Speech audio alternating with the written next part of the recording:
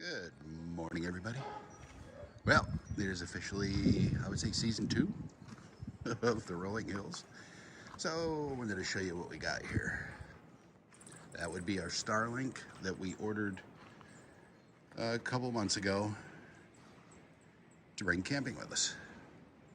It's one of the new additions we got to the camper. Let me see if I can get over here and hit second. It's kind of hard to see, but you see here. Put the vent covers on the roof. Oh, look at that wind. Wow. We're up in Rhode Island, Chapachet, Rhode Island, at a family-oriented campground. So anyway, back to the Starlink. I'm sure anybody and everybody who is camping or are campers or even just want to get a Starlink want to know how it works. Well, I can tell you this, that this is the new dish. Looks like a pizza box. I just got it strapped down because of the wind. Okay, so clear skies and all that good stuff, right? All right, so this is what the Starlink sees right here. It sees all those trees and all those obstructions and that sky, which is completely and totally cloud covered. So how does it work? Well, it does have its ups and downs. I mean, by that I mean ups and down time. Let's go inside, take a look in here, and I'll show you what we got going on in here. Turn on the light so you can see. And there's Mrs. Rolling Hills sitting over there on the couch. She hasn't taken a shower yet. All right, so I brought my Xbox. That is the Starlink router on the left. Right now we just got the cable coming through the window because these slides are so tight, there's no room to put anything underneath of them. So, anyway, Xbox is running off of the Starlink. It's pretty clear quality. The download speeds are phenomenal, even for having the clouds and the blockage. There are some interruptions. I'm not going to lie to you. It'll pause every now and then, but it is not so bad. My phone's running off of it. Kathy's phone is running off of it. The Apple TV in the bedroom is not, because it just pauses so much. Well, when I say it pauses, the Apple TV doesn't work well with it for some reason. But, I mean, that's to be expected with the blockage that we have outside. I mean, you got trees and stuff out there. There's the dish. It does pretty good. Can't complain. I mean, hopefully when the skies clear up, it gets better. But I did some speed tests on it, and even with all that blockage and everything, it's still getting anywhere. The peak was 310 megs per second download and about 130 upload. The latency, the slowest latency I saw was 0.08 megabytes per second or something like that. And it's fast. It is super fast, I will tell you that. All right, so what do you think about it so far? So far, it's doing pretty good. It's doing what we wanted it to do. And being that Starlink just opened up the mobility for it, which costs $25 extra a month, but honestly, I think it's going to be worth it because Kathy works from the road. So that's going to help us out. It's going to help her out. If we can't get a signal with the Starlink because we're not in an open cell area, I have a wine guard system that we put in the camper, which will boost Wi-Fi signals and as well as data. I can get a data plan. There's already a SIM card in it. The data plan varies, but as long as we have cell phone signal, I don't think we're going to have to worry about getting online.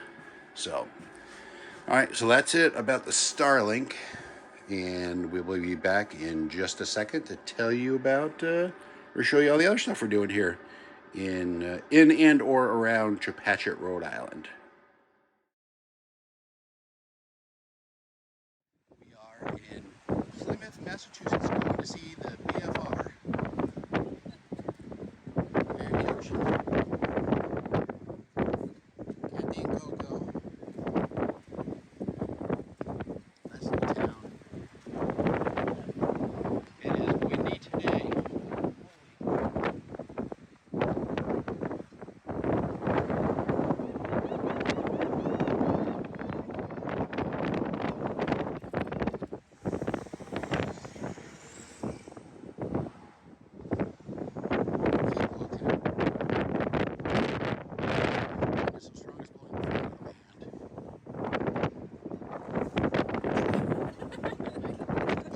Backwards.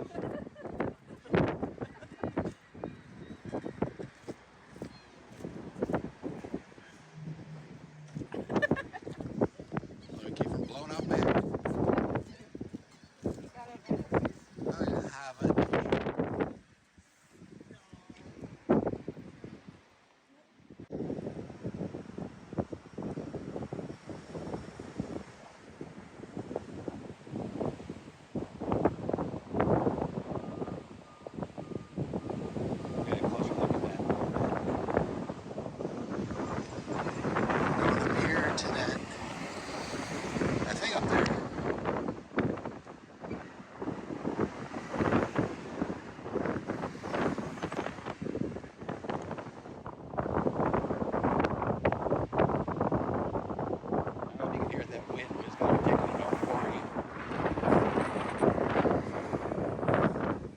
Ground level, but not the trees. The trees are barely moving.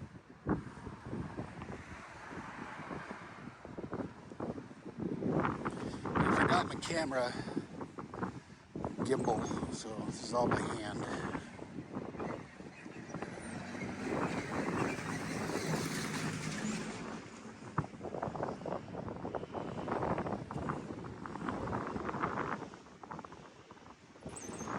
This is where they landed.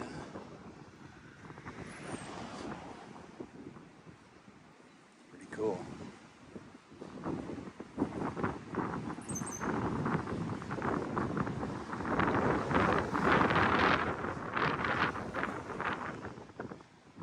This gigantic structure.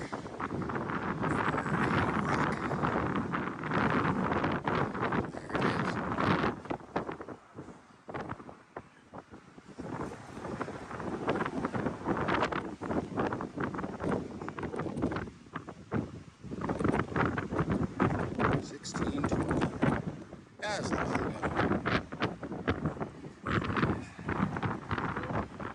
It's called? Roll call.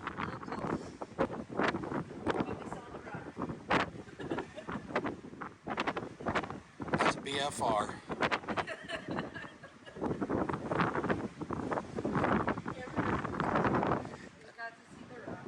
Pilgrim Hall Museum.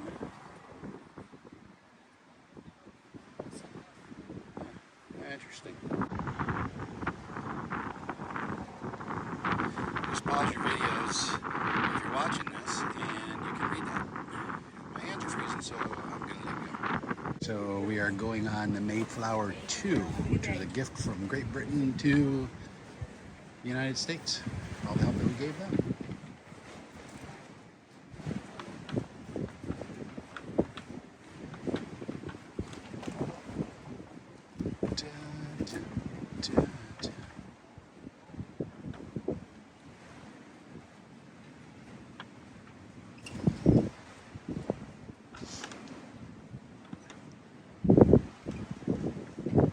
Do this out my hat blowing in the ocean.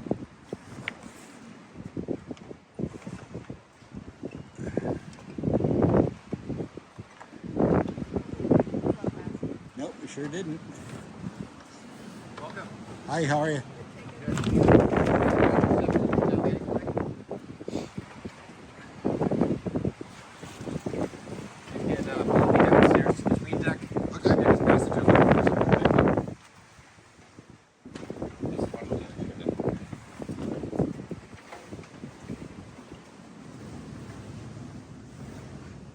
Wow.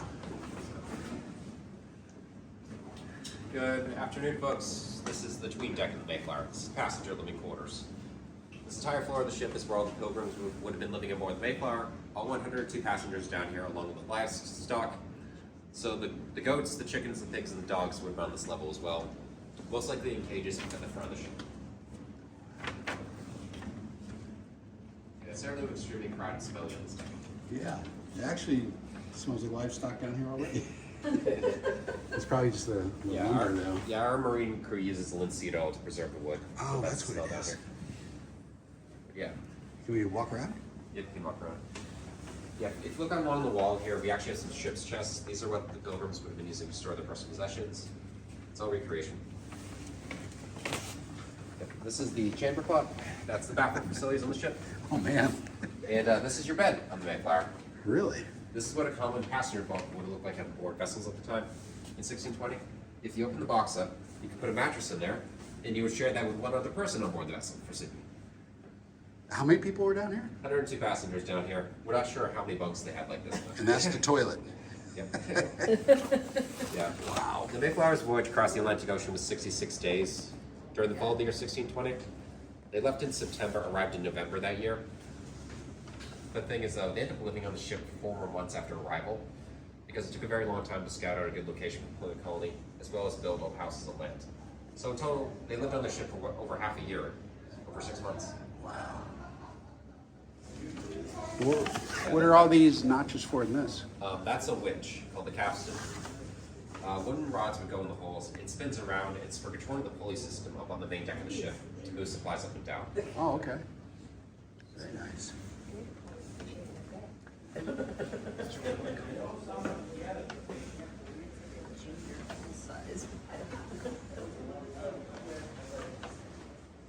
This the anchor? Is this the anchor? That is the ship's rudder. That's part of the mechanism that steers the ship. Oh, okay. So we're at the back of the ship. And the anchors would have been at the front of the ship. There's another winch all the way up the front called the windlass that would been used to control the anchors during maritime. That was pretty cool. Yeah, we also have a cannon back here because it's possible the Mayflower had a couple cannons sticking out the backside of the ship.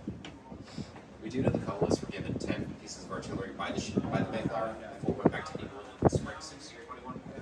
So it's likely there are many more guns in the Mayflower. Wow. Looks so big from the outside. Yeah, one of the crazy facts with the Mayflower is it was one of the largest cargo vessels at the time. It carried 180 barrels worth of cargo, max capacity. This is when the bunks opened up here. So it's a box. Yeah, Just a box. Just a box. Oh. So what do you think? Could you live on this ship for over 6 months? Oh, I could. I don't know if they could, but I could. I appreciate my bed. Really cool. Now, I wonder if they built these ships for, you know, for the people's height back then. Well, great question. Heights below deck varied widely. Yeah. This is the highest the ceiling could have possibly been in their time. We're a museum, so we made it as high as possible for guests. The lowest it could have been was half a foot shorter than this. Wow.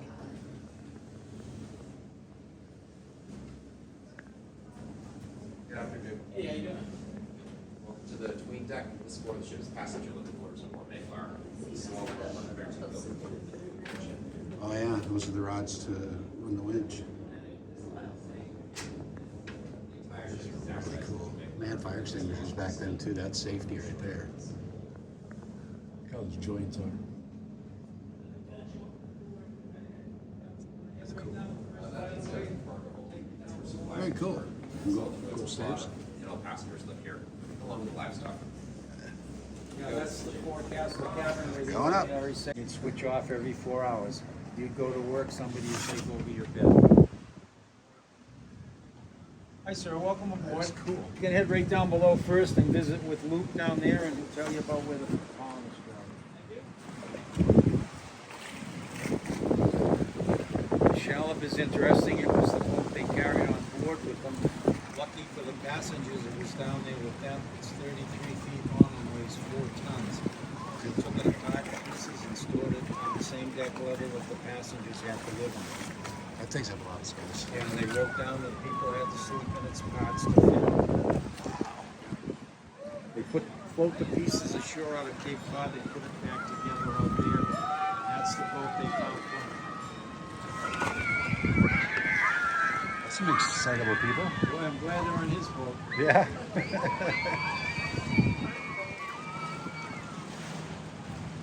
I'm surprised he's out today. It's pretty choppy out there. That harbor man, Jack, Good. Thank you so very much. okay, thank you for visiting. Yep. Oh, a little gun. Yeah, so the shallop was the boat they actually found Plymouth in, while Mayflower was hard at anchor out at Cape Cod, or Provincetown as we call it today. They anchored in that harbor for 5 weeks before they found Plymouth. They come first in that boat, and they don't bring Mayflower over here till after Christmas. Wow. The closest you can get to here is 1.5 miles out that way. Really? Too big. This is a port harbor. At low tide in 1620, this harbor was almost empty. Wow. It's all federally dredged. All these buoys you see out here. There'll be 500 boats out here in the summer anchored to these buoys. And that's all federally dredged, as is where we are. Otherwise, we couldn't be in here. It's a big tide change here. It changes here every day from 8.5 to 13 feet. Yeah, time of the month, basically. Yeah. So what's low tide? How high is the water at low tide? Well, at the super high tide in the winter, the water can almost be up to those wires. Wow. Oh, so But yeah, the like dark, at the dark line, like on the rocks, is the average high tide, which is 9.5 feet. wow. So the biggest tide is 13 feet. It's about the same from here to Boston. Then it begins to change. You know, actually almost to Portland, Maine. Then it begins to change drastically. Very cool. Bay of Fundy is 48 feet. 48 foot change. Very cool. So this cabin back here, the shallop, by the way, was on board. I don't know if you have that on board, but that boat was disassembled in some pieces. Wow. Wonder if this is like the captain's cabin or something. For 200 people? Wow, definitely the captain's table. Everybody else ate downstairs, I'll bet. I don't know. You're rocking away on this boat.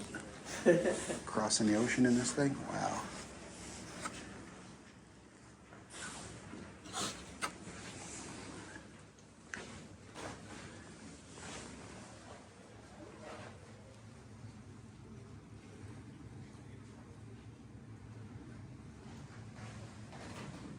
Probably sleeping. That's where I'd sleep. Unless it was splashing and getting wet. Oh, I bet you this is the rudder handle right here.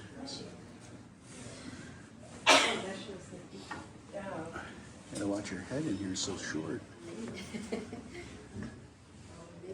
Yeah, the master dies in What you looking at? Mayflower 2 sign?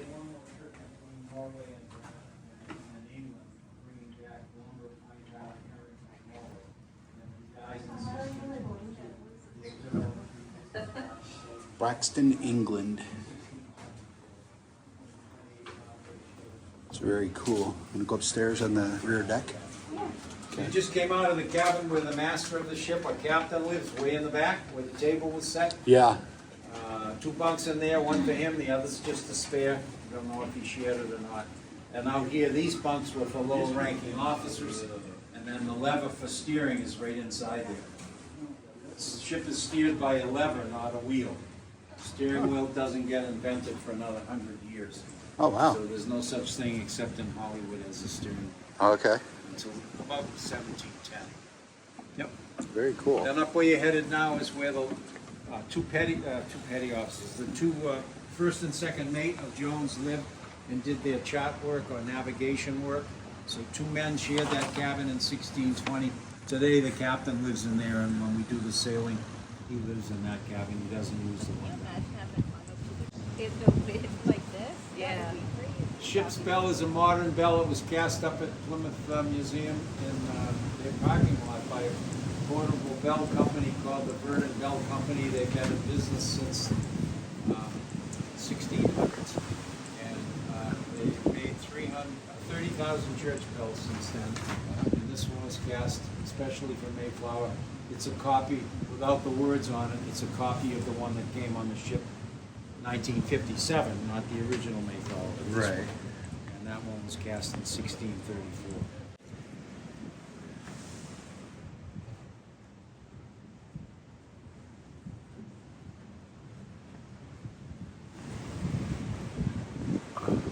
Lifeboats. Wow.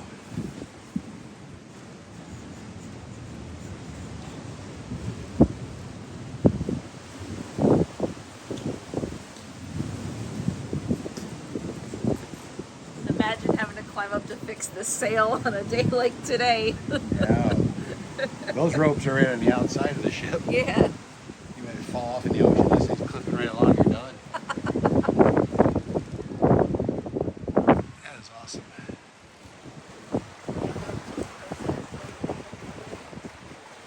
Questions on the lines? No? No?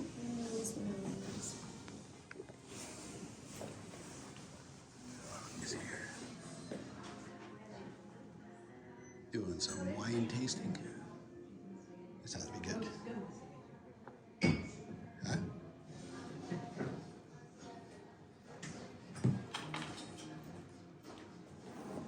Alright, so we'll just go in order of the list.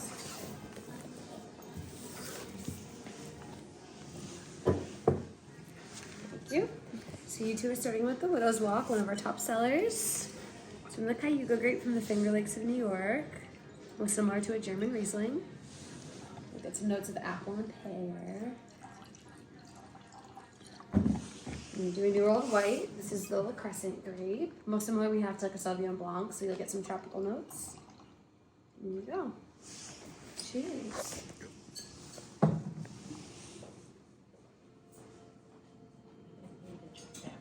Mm-hmm. But I'll try it. I didn't need to check that. Kind of dry.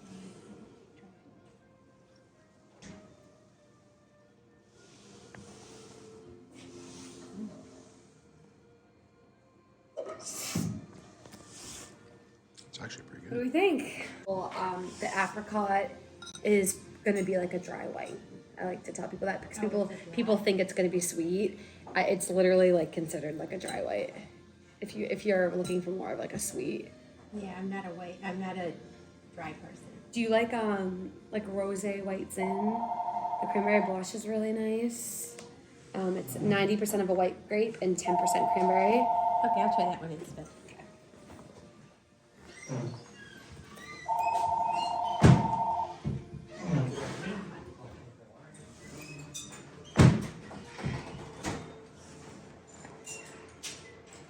Okay, Cranberry Blush. Yeah, so this is super popular in the summer just because it's so refreshing. Dried off the white for you. It's like a boozy white grape juice. It's from the Diamond Grape. So you'll get some soft citrusy notes. There you go. This one's cherry.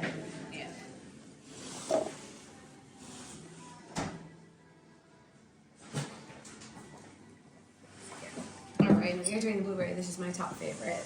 I love blueberry. So good. It's most similar we have to like a Cab Merlot, but you still get that blueberry taste. Look at that color. It's go-to barbecue wine. So pork ribs, burgers. I drink it with anything, but that's just me. Okay.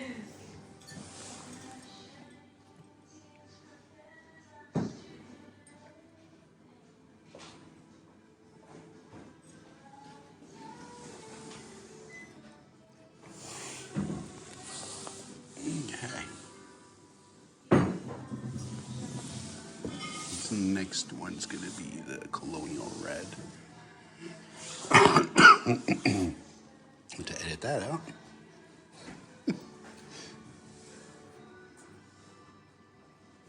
What do we think? Good? That's all right. The cherry was, Yeah. Yeah. So you're doing the cherry. It's definitely more of a dessert wine. You are doing cranberry. So another one of our top sellers, 100% cranberry. It's like a boozy cranberry juice. Very popular for the holidays. How's it going, sir? How are you? And you're doing Cornmeal Red. This is my second favorite. So from the Conca grape. So it's like Welch's. So think like boozy grape juice. I like boozy grape juice. There you go. Do you have a peanut or gluten allergy? No. Gotta have peanut butter pretzel with it. I have what with it? A peanut butter pretzel. Oh.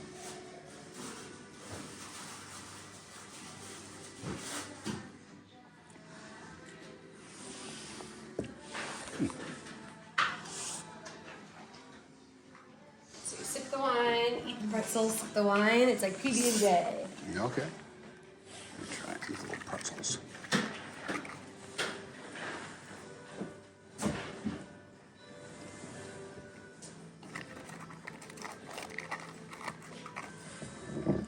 You like the cranberry? Good? Oh my god. What do you think of the cherry? Pretty good. Yeah? It's like a peanut butter and jelly Taste sandwich. it, right? It's so good. That's really cool.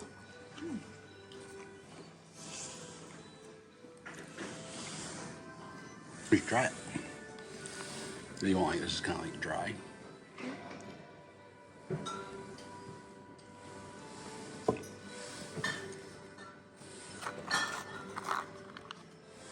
With the tasting, you also can try some of our jellies and marinades, so they're all behind you if you're interested. What were our favorite wines today? I like the Widow's Walk. Cranberry Blush. Yeah, I think I like the dry docked white. Awesome. All right. And do we like spicy stuff? Oh yeah, I love it, but I can't have it. Really? Yeah. All right, that's okay. We got it for the sweet.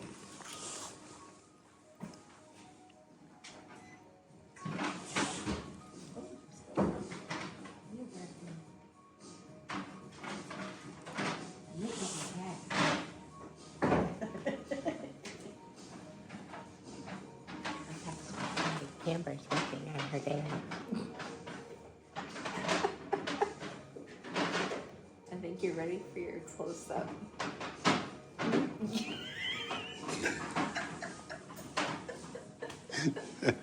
That's funny.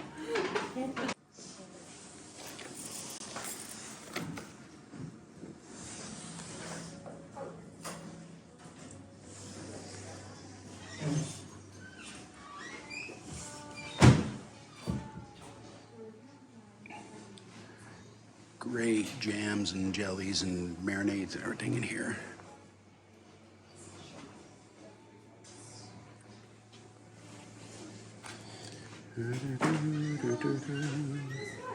Wine jelly. This one?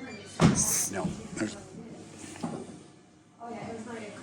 No, you can get it if you want. Back there's where they brew.